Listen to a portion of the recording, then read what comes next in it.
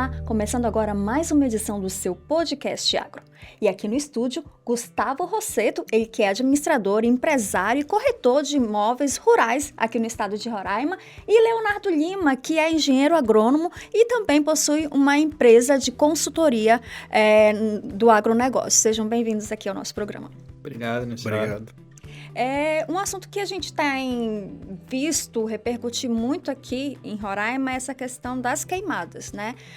Isso está trazendo prejuízos não só para o agronegócio, mas para o meio ambiente, para a saúde das pessoas, né? Prejuízos para quem produz, os animais, enfim. Então, realmente é algo que tem ocasionado grandes transtornos, né? Aqui para a nossa população.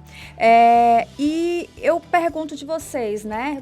Tanto para quem trabalha com essa questão de oferta de terra, mas quem trabalha prestando a consultoria para o agricultor, como é que vocês estão lidando com essa situação aqui no nosso estado? Nilson, é uma situação preocupante, né? A gente tem passado por uma condição climática já bem acentuada, né? A gente tem um período sem chuvas aí bem extenso na região, né? Muito por conta dessa mudança de fenômenos que vem acontecendo, Laninha, El Ninho, essa transição que a gente tem constante, né, dessas mudanças climáticas. Então a gente está sofrendo com uma seca acentuada, junto com alta temperatura, né, uma baixa condição pluviométrica no estado. Então a gente tem lidado com esses desafios diariamente.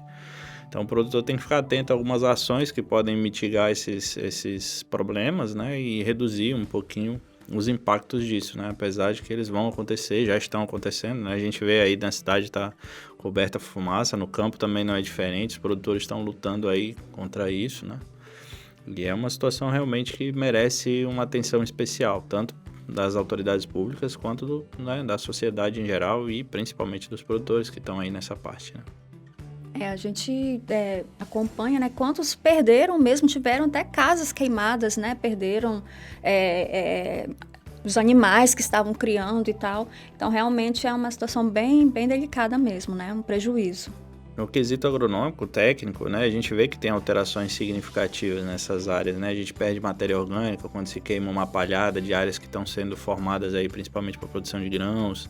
A gente perde alimento quando a gente vê o pasto sendo queimado. A gente perde uma vegetação nativa que abriga toda essa parte, esse bioma que tem aí, né? Toda essa vida que está ali.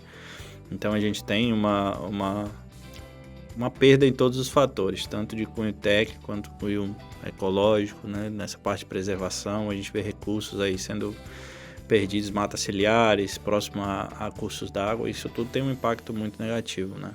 Então essas áreas, elas precisam aí, após esse processo de queimadas, precisa ser trabalhada novamente para novos plantios?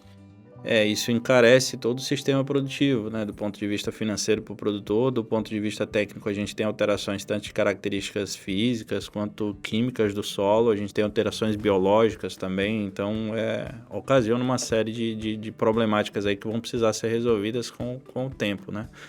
E aí todo um trabalho às vezes é perdido pelo produtor, todo o investimento que ele faz dentro dessa área. A gente perde também estrutura, né? Muitos perderam casa, como você colocou bem. A gente perde cerca, a gente perde barracões, estruturas que abrigam os animais, coxo para o pessoal que trabalha com bovino, né? A gente perde vegetação em volta de tanques que são usados para piscicultura, então isso muda ali condições da água. A gente perde também com cursos d'água aí que estão sendo afetados por essas condições, né, secando. Então a gente tem uma série de fatores que vão precisar ser revistos nos próximos anos aí. E o produtor, a gente acompanha que ele vem lutando muito. Ele é um dos maiores defensores desses recursos, porque ele precisa dele, né? E isso tudo faz parte do sistema produtivo dele. Então eles estão atuando sim nessa parte, fazendo os aceros, né, trabalhando, combatendo os incêndios nas áreas, mesmo que não são as áreas que são propriedades deles. Então tem essas medidas e elas vão precisar ser feitas também com os próximos anos para recuperar esse potencial produtivo dessas áreas, né? O Estado tem feito aí a entrega de vários títulos definitivos, né, para os produtores, para os proprietários de terra, e no âmbito aí do setor imobiliário rural, né, da venda de terras rurais, o que isso implica, né? o título definitivo ele vai ser o primeiro passo de muitos outros que precisam ser feitos. O que o produtor faz a partir dessa regularização? Tem a questão que a gente falou, da importância de ter esse título definitivo. Porque para quem vem de outro estado, muitas vezes ele já tem lá, a área dele já está matriculada, já está com toda a documentação. Então ele quer saber como funciona dentro do estado, né? Então o estado está passando por esse processo e essa titulação ele vem dando uma segurança jurídica maior para quem quer investir dentro do estado. Então esse é um passo muito importante. Não só a titulação, mas a velocidade com que o processo está andando. Envolve mais documentação, né? ITR, CCIR, CAR, mas a gente parte do princípio da questão da escritura pública, do título definitivo, né? Para trazer essa segurança. Porque o produtor, quando ele vem procurando a área, a primeira coisa que ele pede, como está a documentação? Porque se vinha de uma época, alguns anos atrás, que ele não tinha essa segurança para investir. Isso influencia, o produtor hoje ele usa muito a questão bancária também, para a questão de estruturação financeira, para ele poder investir na área, para ele poder adquirir novos equipamentos, como um todo na cadeia, desde a questão do plantio, aquisição de gados, bovinos. Então, o que acontece? Ele precisa muitas vezes usar do banco. Então, ele tendo toda essa documentação, toda essa segurança jurídica, facilita o processo para ele, né? Mas, assim, a gente sempre, quando vai fazer o processo de venda, atendimento ao cliente, a gente tenta certificar que essa área ela está segura para ele poder fazer a aquisição. E quando necessário, a gente também presta consultoria. Se o produtor não tem toda a documentação necessária, a gente também ajuda nesse processo, né? Presta serviço no processo de regularização da área, que hoje o Estado ele tem meios que facilitou, né? Então, assim, mas mesmo com toda a documentação, a gente sempre faz a consulta no órgão fundiário para trazer essa transparência, segurança e tranquilidade para o produtor que vem de fora poder investir no estado com uma certeza e tranquilidade maior. Né? E isso no setor de venda de terras acaba ajudando, né, a ter essa segurança jurídica, de poder oferecer uma terra já regularizada, com título já para poder, como você falou, né, facilitar todo o processo de investimento, de financiamento. Então, acaba ajudando também essa parte da venda das terras, né? Ajuda muito, até porque a maioria dos nossos investidores vem de regiões que já existem toda essa parte de documentação, tudo ok, né? Tem dificuldade, todos os lugares têm alguma particularidade, mas assim, outros estados também têm suas particularidades. Porém, quando você tem essa parte da documentação toda ok, facilita e dá mais transparência e mais segurança para o investidor. Certo. E o Leonardo tem uma empresa de consultoria, né, que presta consultoria para os produtores, que vai desde esse planejamento aí inicial de como lidar, né, com esse... Porque quem é do agronegócio, às vezes tem aquilo como uma empresa também, né? Aquela sua atividade ali dentro do campo é a sua empresa. Então, vocês ajudam aí todo nesse processo de planejamento, a questão do crédito rural também. Como é que funciona? Hoje não tem, eu acho que eu falei isso no podcast passado, mas eu gosto de frisar muito isso. Hoje não existe mais espaço para amadorismo dentro do agro, né? Então os investidores, os produtores, né? Desde a agricultura familiar até em grande escala, eles enxergam a propriedade como uma empresa. E uma empresa precisa estar bem organizada, principalmente nesse quesito documental, para ele conseguir ter um sucesso, né? Uma permanência dentro da atividade dele. Então, a gente sempre atua em parceria, principalmente com empresas que são de confiança nesse ramo, porque o produtor antes de vir, né, um investidor antes de vir, ou o produtor que já está lá, ele precisa seguir um passo a passo para isso, né? Então, para ele começar uma atividade, ele precisa ter um licenciamento para aquela atividade que ele está fazendo, né?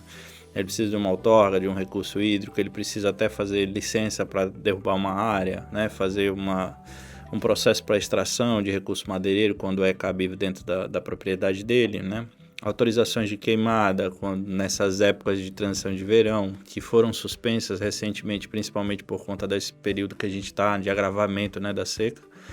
Então, precisa respeitar esses passos e a gente tem um planejamento para isso, né? Então, a gente auxilia desde a compra, né? O produtor está vindo comprar, a gente já leva isso para o investidor, para quem está aqui já, né? Fazendo todo esse estudo inicial. Como que está a área, como que está o quesito documental, se tem a parte ambiental está ok, nós estamos dentro de uma região que tem um bioma específico, então a gente tem documentações específicas para essas áreas que, por exemplo, no Centro-Oeste a gente já não encontra, né? A região Sudeste é diferenciada, então tem essas particularidades como o Gustavo colocou, e isso precisa ser visto, né? Então, nada melhor do que quem já está aqui dentro do processo e já acompanha para a gente fazer isso desde o início.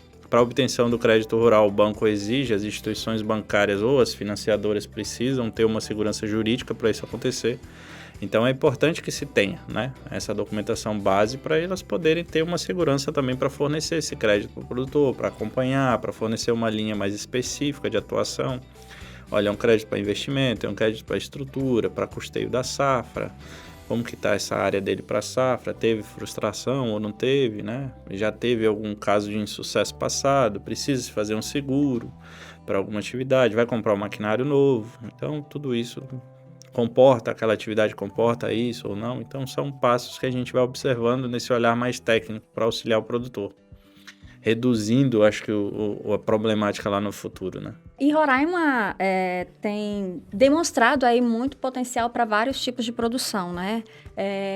Em relação a essa procura pelas terras aqui em Roraima, né? A gente tem um clima diferente mais ao norte e outro mais ao sul, né? Quais são as regiões de Roraima que são mais procuradas, mais demandadas para que o investidor possa vir para cá? Na verdade, vai muito do que o investidor procura, né? A gente tem investidores que procuram áreas mais para gado de corte, alguns procuram mais para plantio de soja, milho. Então, assim, conforme o produtor ele busca, né? Tem algumas regiões que alguns produtores eles já vêm, digamos assim, estudando um pouco o estado há algum tempo. Então, eles já vêm para cá com algum conhecimento. Alguns já vieram, já visitaram 1, 2, 3 vezes, então eles já vêm com uma certa opinião formada. Então, o que acontece?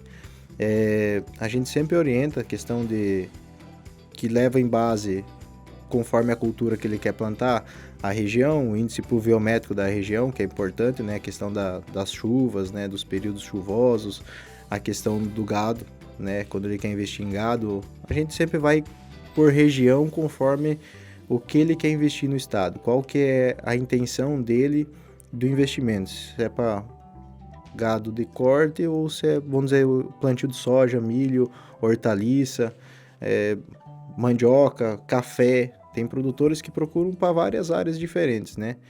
Tem alguns que já vêm com a opinião formada, regiões de soja, eles procuram muito a região do Bonfim, a região de Alto Alegre, a região sul ali de Rondonópolis já mais pagado, né? Então, assim, cada um muitos já têm uma opinião formada, alguns não. Alguns eles vêm, procuram orientação e a gente passa as particularidades do estado dentro de cada região e aí eles olham o que encaixa melhor dentro do que eles querem e a gente trabalha em cima disso para buscar uma área que encaixa não só no que ele quer cultivar, mas dentro também do que ele pode e quer investir. Leonardo, você havia comentado sobre a questão de trabalhar a terra em relação a essa questão da queimada, né? Mas a terra ela precisa ser trabalhada não só quando acontece uma situação como essa, mas determinado plantio, né? Vai dependendo do tipo de plantio, ele vai exigir aí um trabalho diferenciado. Há uma diferenciação de tratamento de terra por região? A gente não observa só os fatores inerentes à cultura que está sendo instalada. Ele é um dos fatores, né? A gente observa condições edafoclimáticas, edafo relacionadas a solo, as condições de solo que eu tenho, químicas, físicas e biológicas, relevo também dessa área, né? Se é propício ou não para mecanização, e a necessidade em si da cultura e as condições que a gente tem climáticas daquela região, se vai ser suficiente para atender aquilo, se a gente não vai ter problemas futuros em relação à cultura que a gente vai implantar dentro daquela área. Como já foi frisado na nossa conversa, a gente tem condições climáticas diferenciadas para cada área dentro do estado, apesar de ser um pouco semelhante, mas a gente tem, né? Região centro-sul ali do estado, de Mucajaí para frente, a gente tem uma condição um pouco maior de pluviosidade. Da região para cá, centro-norte, a gente tem um pouquinho menor, uma incidência maior de vento. Então, a gente tem menos vegetação do tipo floresta, né? Então, a gente tem condições diferenciadas aí. Então, a gente leva em consideração vários fatores quando a gente vai fazer uma recomendação para implantação dentro de uma área. Não só o quesito só da necessidade, né? E essa questão da queimada, ela é um agravante para quem já está trabalhando, né? Isso vai intensificar e muitas vezes aumentar o trabalho que vai ter que ser feito dentro daquela área, né? A gente perde muito com ações de queimada, isso seja por queimadas acidentais ou provocadas mesmo, né?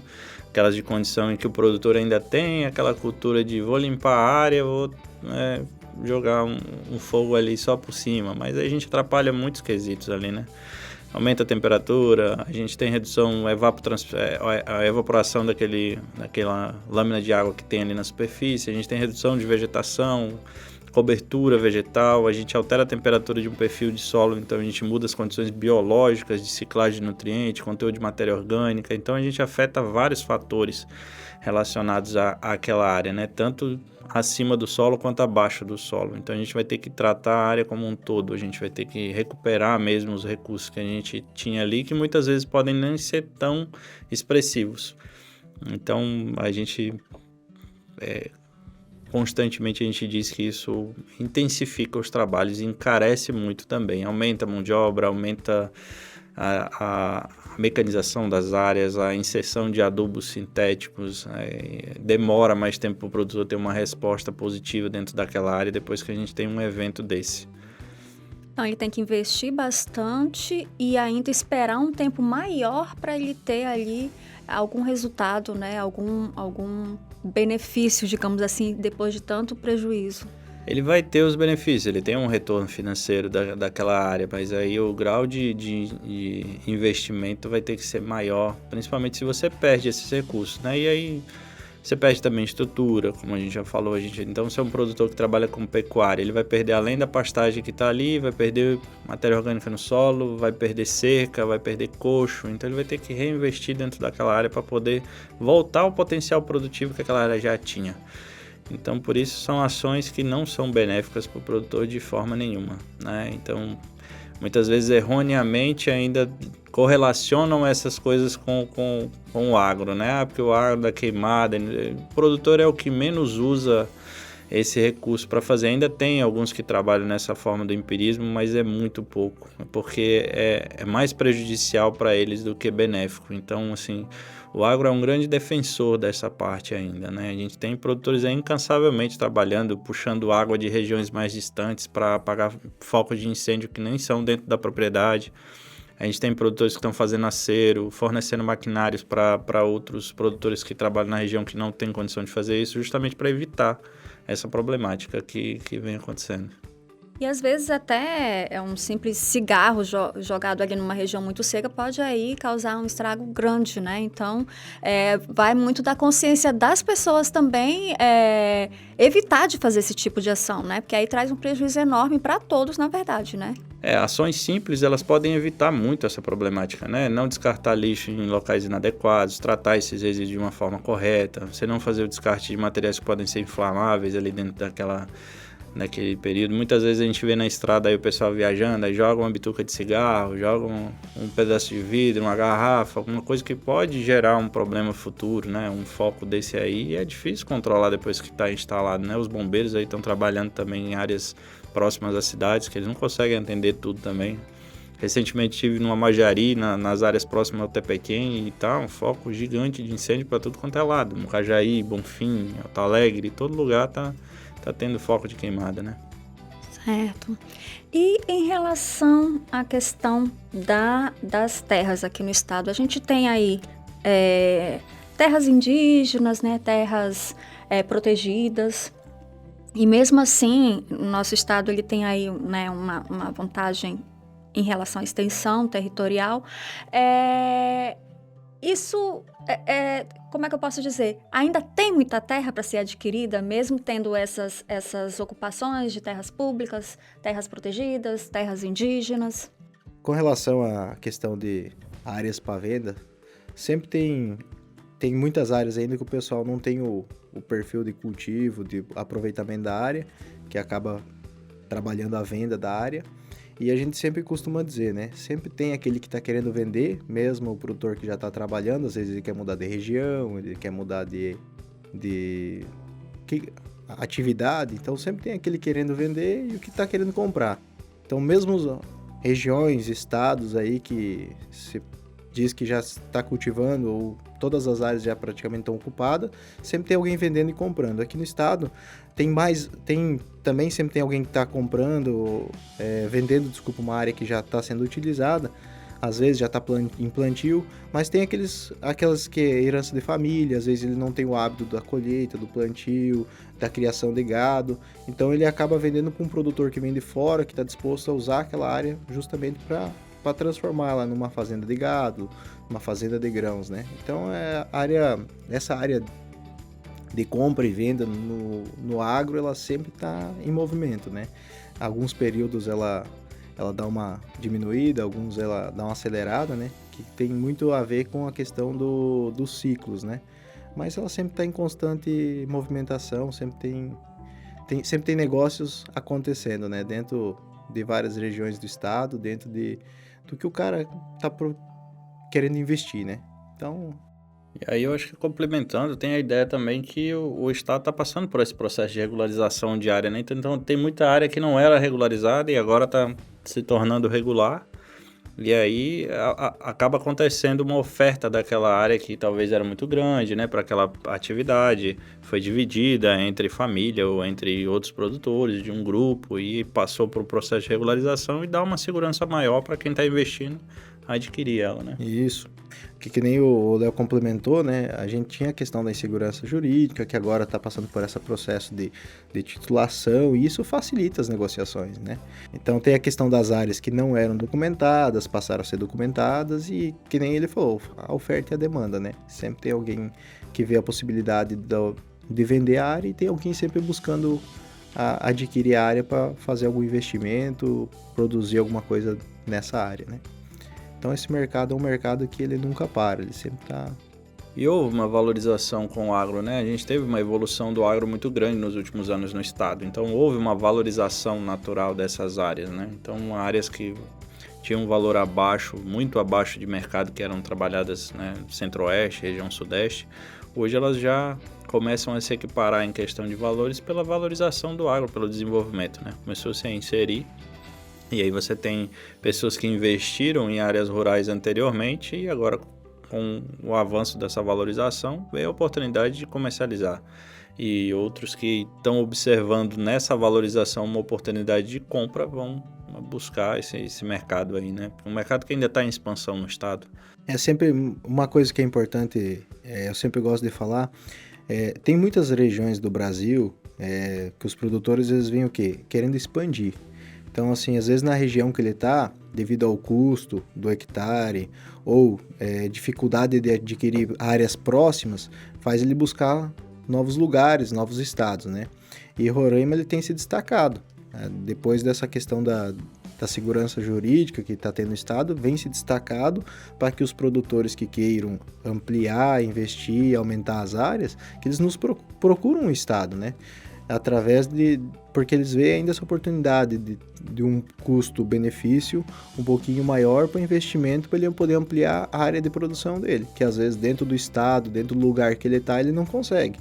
Então ele acaba vindo para cá, conhecendo, vendo o potencial que tem a região e o estado e acaba querendo investir aqui. E isso é bom, né? Traz progresso para o estado, né? Sim. E a gente acompanha também a oportunidade que os produtores têm de estar produzindo entre safra de outras regiões, né? A gente está numa região de trópico, então a gente está num quesito de condições climáticas diferentes das regiões que são produtoras, né? Então, enquanto o Mato Grosso está colhendo, a gente está plantando. Enquanto a região sudeste está nessa parte também de preparo de área e tudo mais, a gente está aqui num período já produtivo. Então, a gente tem essa oportunidade de estar trabalhando num período de entre safra de outras regiões. Então, o produtor enxerga nisso, os investidores enxergam nisso uma oportunidade de estar rentabilizando durante uma maior parte do tempo do ano, né? Nós temos também uma estabilidade climática que outras regiões talvez não ofereçam no mesmo nível, né? Aqui a gente não tem problemas com geadas, né? Que tem em outras regiões. A gente tem meses bem definidos de chuva e meses bem definidos de inverno, né? De verão, desculpa.